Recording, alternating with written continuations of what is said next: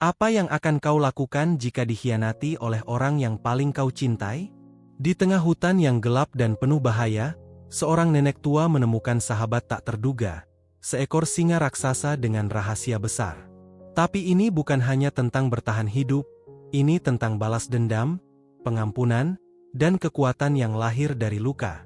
Akankah nenek ini menjadi korban atau legenda? Temukan jawabannya dalam kisah yang akan mengubah cara pandangmu tentang cinta, alam, dan manusia. Mohon keikhlasan teman-teman untuk subscribe dan like sebelum kita memulai. Baiklah, mari kita simak kisah ini. Nenek Surti, perempuan tua berusia 75 tahun, duduk di kursi depan sebuah mobil tua dengan hati yang berdebar penuh harap. Malam itu, anak bungsunya, Tono, tiba-tiba mengajaknya keluar rumah dengan alasan ingin mengajaknya jalan-jalan di malam hari. Sudah lama sekali Surti tidak merasakan perhatian dari anak-anaknya, terutama setelah kematian suaminya beberapa tahun lalu. Ia mengenakan kebaya sederhana dan selendang lusuh kesayangannya, berharap malam ini menjadi momen bahagia yang jarang ia dapatkan. Namun, rasa senangnya perlahan berganti kegelisahan ketika mobil memasuki jalan berbatu yang gelap dan sunyi, jauh dari keramaian desa. "Tono, kita mau kemana? Kenapa jalannya seperti ini?" tanyanya ragu. Tono hanya tersenyum tipis tanpa menjawab, membuat kegelisahan di hati Surti semakin kuat. Perjalanan berakhir di sebuah area hutan lebat di pinggiran Jawa, tempat yang tampak asing bagi Surti. Tono mematikan mesin mobil dan memintanya turun.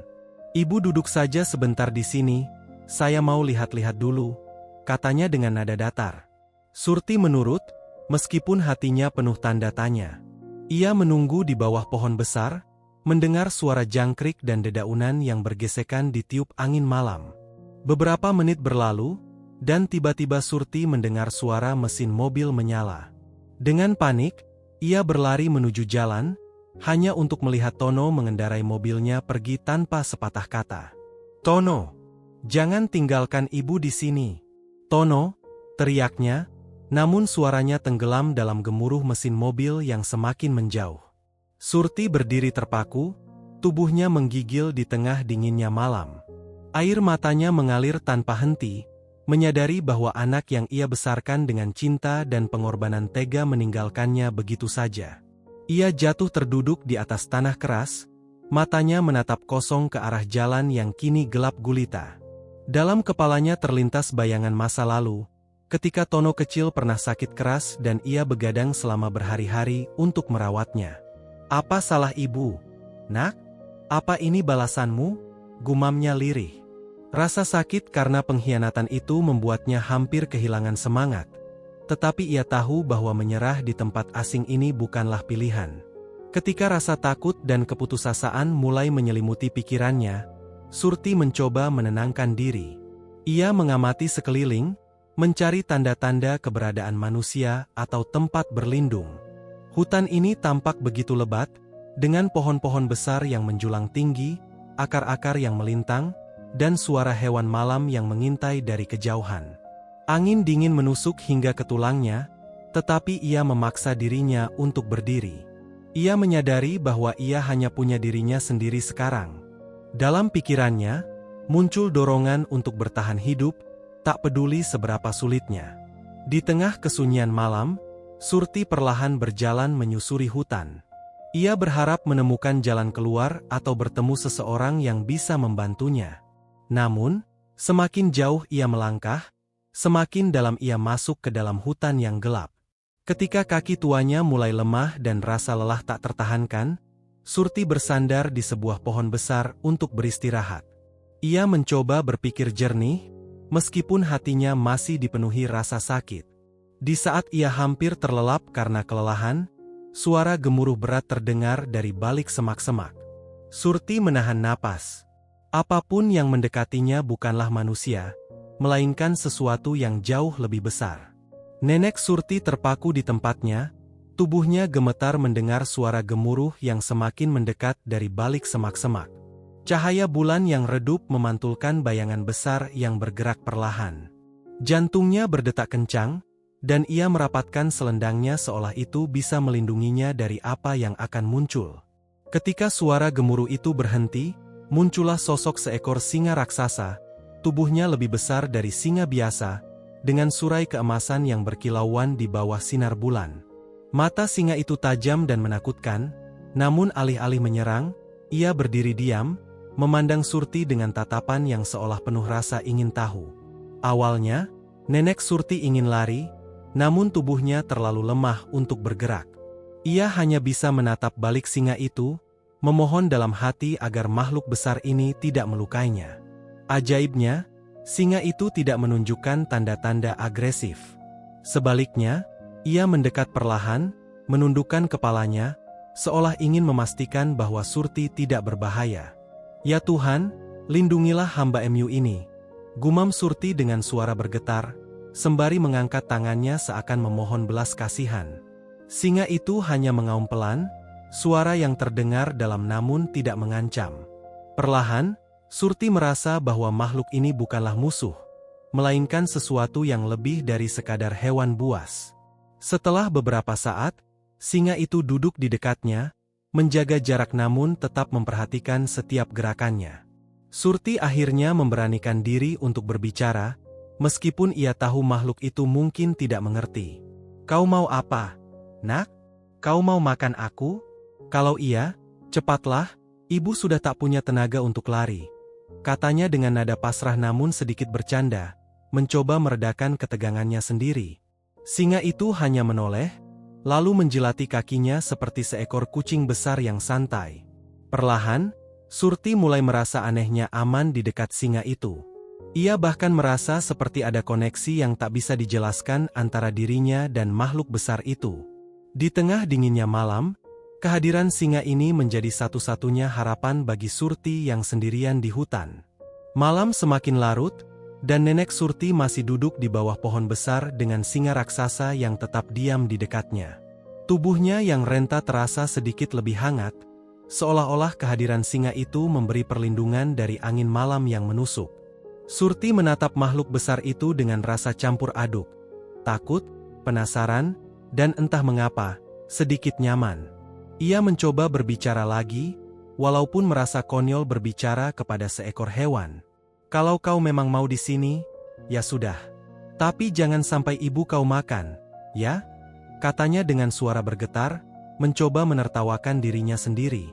Singa itu tidak bereaksi, hanya memalingkan kepala ke arah hutan, seolah sedang berjaga. Ketika perut Surti mulai keroncongan karena seharian belum makan, singa itu berdiri tiba-tiba. Gerakannya membuat Surti sedikit panik, tetapi singa itu tidak menunjukkan ancaman. Sebaliknya, ia berjalan menjauh, masuk ke dalam kegelapan hutan. Surti merasa bingung sekaligus lega, berpikir mungkin makhluk itu sudah pergi dan tidak akan kembali. Namun, beberapa saat kemudian, suara gemerisik terdengar, dan singa itu kembali dengan sesuatu di mulutnya. Setumpuk buah-buahan liar yang tampaknya ia kumpulkan dari sekitar. Surti tertegun, tidak percaya pada apa yang dilihatnya. "Kau bawa ini untuk ibu?" tanyanya, nyaris tidak percaya. Singa itu hanya duduk dan menatapnya, seolah memberi izin untuk mengambil buah-buahan tersebut. Dengan ragu-ragu, Surti mengambil satu buah dan mulai memakannya. Rasanya manis dan segar, cukup untuk mengisi sedikit energi di tubuhnya yang lelah. Ia memandangi singa itu dengan tatapan penuh rasa syukur. "Terima kasih, Nak. Kau lebih baik daripada anak kandungku sendiri," katanya dengan nada sendu, air matanya menetes lagi. Singa itu hanya menatapnya dengan tenang, seolah mengerti rasa sakit yang dirasakan Surti. Malam itu, di tengah hutan yang sunyi, Nenek Surti merasa bahwa dirinya telah menemukan teman yang tak terduga. Seekor singa raksasa yang entah mengapa tampaknya ditakdirkan untuk melindungi dan menemani langkahnya di tempat asing ini. Pagi menjelang, sinar matahari menembus celah dedaunan, menerangi hutan yang sebelumnya terasa begitu suram. Nenek Surti terbangun di tempatnya, merasa sedikit lebih segar meski tubuhnya masih lelah. Ia mendapati singa raksasa itu masih duduk di dekatnya, seolah berjaga sepanjang malam. Surti mengamati makhluk besar itu dengan rasa kagum. Selama hidupnya, Ia tidak pernah membayangkan akan berada sedekat ini dengan binatang buas, apalagi merasakan rasa aman bersamanya. "Raja," gumam Surti, spontan memberikan nama pada singa itu. "Mulai sekarang, ibu akan memanggilmu Raja. Kau memang tampak seperti raja di hutan ini." Raja tampak tidak keberatan dengan nama baru itu, meski tentu saja ia hanya menatap Surti dengan matanya yang tajam. Ketika Surti mencoba berdiri, kakinya terasa berat karena kelelahan. Melihat itu, Raja mendekat dan menggesekkan tubuhnya ke arahnya, seolah-olah menawarkan dukungan. "Kau mengerti, ya?" kata Surti sambil tersenyum kecil. Ia bersandar pada Raja, dan bersama-sama mereka mulai berjalan perlahan. Tanpa arah yang jelas, mereka menyusuri hutan, mencari makanan dan tempat perlindungan yang lebih baik. Surti merasa seolah Raja tahu setiap sudut hutan ini, setiap pohon, setiap sungai kecil, bahkan bahaya yang mungkin mengintai. Sepanjang perjalanan, Surti mulai berbicara pada Raja seolah ia adalah teman lama. Ia menceritakan tentang hidupnya, tentang suaminya yang telah tiada, dan tentang anak-anaknya yang kini tak lagi peduli padanya. Raja tidak menjawab, tentu saja, tetapi setiap kali Surti berbicara, Raja tampak mendengarkan dengan tenang. Ketika Surti berhenti di dekat sebuah sungai kecil untuk minum, Raja duduk di sampingnya, menjaga dengan kewaspadaan seperti seorang pelindung. Dalam hati, Surti mulai merasa bahwa pertemuan mereka bukanlah kebetulan. Ada sesuatu yang istimewa tentang Raja, sesuatu yang membuat Surti percaya bahwa ia tidak lagi sendirian di dunia ini. Di tengah hutan liar yang penuh tantangan, ia menemukan harapan dalam sosok singa raksasa yang kini menjadi sahabat sejatinya. Hari-hari berlalu, dan Nenek Surti mulai merasa lebih nyaman dengan kehidupannya di hutan bersama Raja. Setiap pagi, Raja akan memimpin Surti menyusuri bagian-bagian hutan yang tampaknya belum pernah dijamah manusia. Mereka menemukan sungai yang jernih, pohon-pohon buah liar, dan gua-gua kecil yang tampak seperti tempat perlindungan dari hujan. Suatu hari, Raja membawa Surti ke sebuah tempat yang berbeda. Di balik pepohonan besar yang rapat, terdapat sebuah bukit kecil yang di atasnya berdiri patung batu kuno berbentuk seekor singa. Patung itu besar dan megah, penuh dengan ukiran yang rumit dan simbol-simbol kuno yang sulit dimengerti oleh Surti. "Ini tempat apa, Raja?" tanya Surti dengan suara lirih, seolah takut mengganggu keheningan tempat itu. Raja hanya duduk di depan patung, menundukkan kepalanya seperti memberi penghormatan. Surti mendekati patung itu dengan hati-hati, mencoba mengamati ukiran yang menghiasi tubuhnya. Ia melihat gambar-gambar yang tampak seperti kisah lama, manusia yang hidup berdampingan dengan singa besar, dan singa itu tampak melindungi mereka dari bahaya. "Apakah ini kisahmu, Raja? Apa kau penjaga tempat ini?" gumamnya sambil menyentuh ukiran yang terasa dingin dan kokoh. Ia merasa seolah sedang menyaksikan sesuatu yang lebih besar dari dirinya sendiri. Surti duduk di samping Raja, memandangi patung singa itu dengan penuh rasa kagum. Di tempat itu, ia merasakan sesuatu yang luar biasa, ketenangan yang belum pernah ia rasakan sebelumnya. Raja tampak tenang, tetapi matanya tetap awas, seolah menjaga tempat suci ini dari gangguan. Surti mulai menyadari bahwa hutan ini bukan sekadar kumpulan pepohonan, tetapi menyimpan rahasia besar yang telah terlupakan oleh manusia. Ia mulai merasa bahwa dirinya ditakdirkan untuk berada di sini, bersama Raja, untuk memahami lebih dalam makna dari hutan dan kisah yang tersembunyi di dalamnya. Di tengah sunyinya hutan, Surti merasa bahwa ia mulai menemukan tujuan baru dalam hidupnya. Ketika Nenek Surti dan Raja semakin akrab dengan kehidupan di hutan, ketenangan mereka terganggu oleh suara asing yang memecah keheningan. Suara sepatu berat menginjak dedaunan kering, diikuti oleh tawa kasar dan percakapan yang terdengar jauh lebih keras daripada suara hutan. Surti segera tahu bahwa ini bukan suara penduduk desa yang mencari kayu atau berburu hewan kecil. Ia mengintip dari balik pohon besar dan melihat beberapa pria bersenjata membawa jaring dan tombak. Mereka tampak serius, berjalan perlahan sambil mengamati jejak di tanah. Surti merasa ngeri saat mendengar salah satu dari mereka berkata, "Singa itu harus kita tangkap hidup-hidup." Harganya di pasar gelap bisa mengubah nasib kita. Raja, yang sedari tadi tenang, langsung berdiri dengan tubuh tegang. Matanya yang tajam menatap ke arah suara itu, tetapi ia tidak bergerak, seolah menunggu instruksi. Surti segera menyadari bahaya besar yang mengancam sahabatnya. Dengan keberanian yang entah dari mana datangnya, ia menarik selendangnya dan meletakkannya di tubuh raja. Berbisik pelan, "Kita harus pergi, nak. Jangan biarkan mereka menemukanmu." Mereka mulai bergerak perlahan, menjauh dari suara para pemburu, tetapi suara langkah-langkah itu semakin mendekat. Surti tahu mereka harus melakukan sesuatu untuk mengelabui para pemburu. Saat mereka sampai di sebuah sungai kecil, Surti mendapatkan ide. Ia menyuruh raja masuk ke dalam sungai untuk menyembunyikan jejak kakinya, sementara ia sendiri menyebarkan jejak palsu ke arah yang berbeda menggunakan sebatang ranting. Usahanya berhasil. Para pemburu mengikuti arah jejak palsu, sementara raja dan Surti menyelinap lebih dalam ke hutan. Setelah beberapa waktu, mereka berhenti untuk bernapas.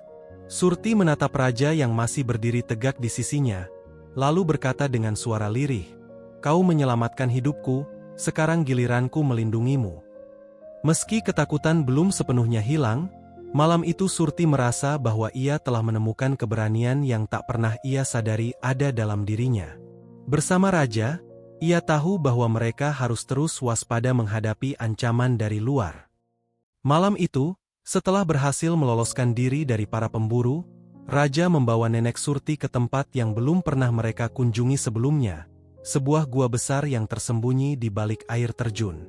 Gua itu tampak megah, dengan dinding-dinding yang dipenuhi ukiran-ukiran kuno. Surti mengamati sekelilingnya dengan penuh rasa kagum. Ukiran-ukiran itu menggambarkan kisah-kisah yang tampaknya berasal dari zaman purba. Manusia, hewan, dan singa raksasa yang tampak seperti raja, hidup berdampingan dengan harmoni. Di salah satu sudut gua, terdapat sebuah altar kecil yang dikelilingi oleh nyala lilin batu yang entah bagaimana tetap menyala meski sudah sangat tua.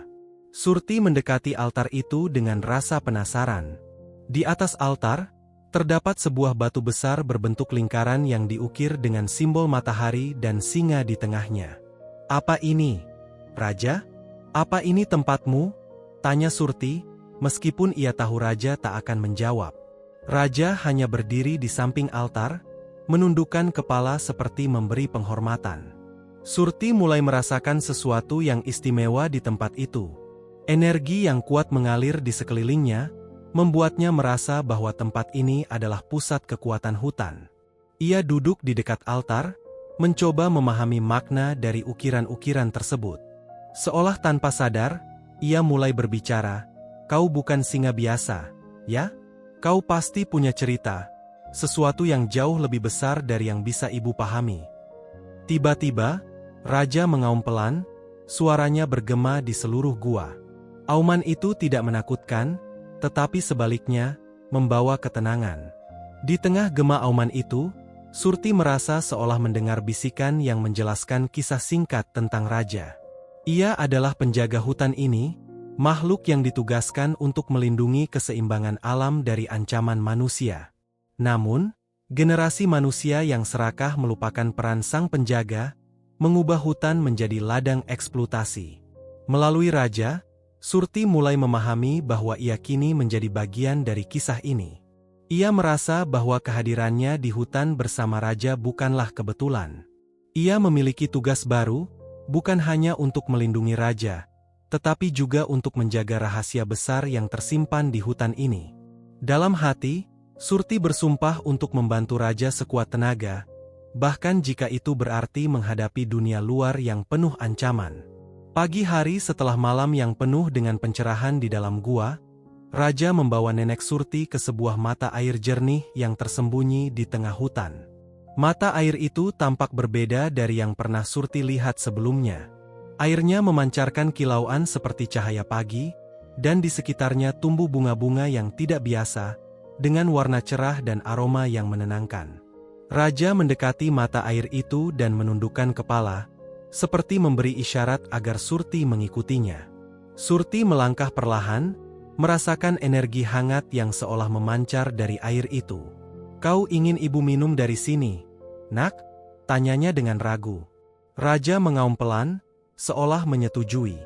Dengan sedikit takut namun penuh rasa penasaran, Surti menciduk air itu dengan tangannya dan meminumnya. Rasanya berbeda, segar, manis, dan entah bagaimana, membawa rasa hangat ke seluruh tubuhnya. Setelah beberapa saat, Surti merasa ada perubahan yang aneh. Tubuhnya yang biasanya lemah kini terasa lebih ringan, dan sendi-sendi yang sering terasa sakit seolah menghilang rasa nyerinya. "Apa yang terjadi, Raja?"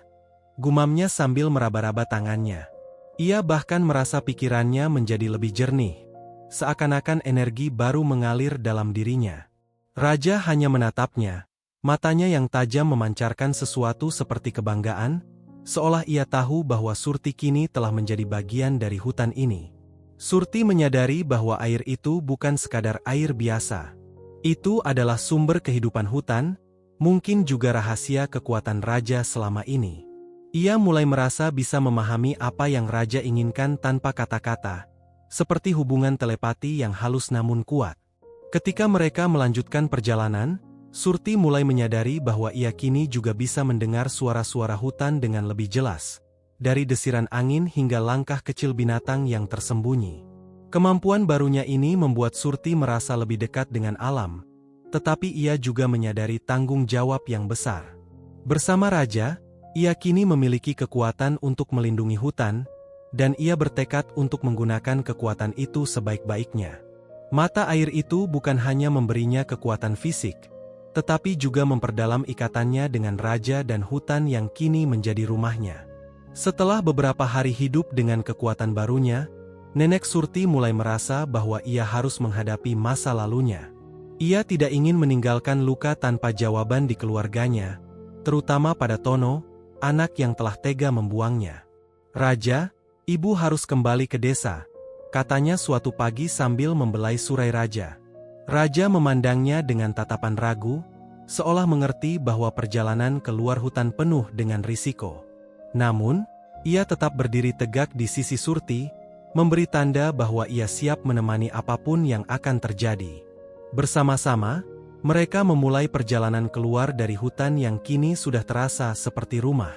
Saat mereka mencapai pinggiran hutan dan memasuki desa, kedatangan Nenek Surti bersama singa raksasa membuat gempar seluruh warga. Orang-orang berlarian ketakutan, berteriak bahwa ada binatang buas berkeliaran. Namun, Surti tetap tenang, meminta Raja untuk duduk dan tidak menunjukkan ancaman. Dengan suara lembut namun tegas, ia berbicara kepada para penduduk desa, menjelaskan siapa dirinya dan mengapa ia kembali. "Aku di sini bukan untuk membalas dendam, tapi untuk mengingatkan kalian bahwa ada harga yang harus kita bayar ketika melupakan kasih sayang dan melukai alam," katanya. Suaranya yang dulu lemah kini penuh dengan kekuatan dan wibawa, membuat semua orang terdiam. Tono akhirnya keluar dari rumahnya. Wajahnya penuh rasa bersalah ketika melihat ibunya berdiri bersama seekor singa raksasa.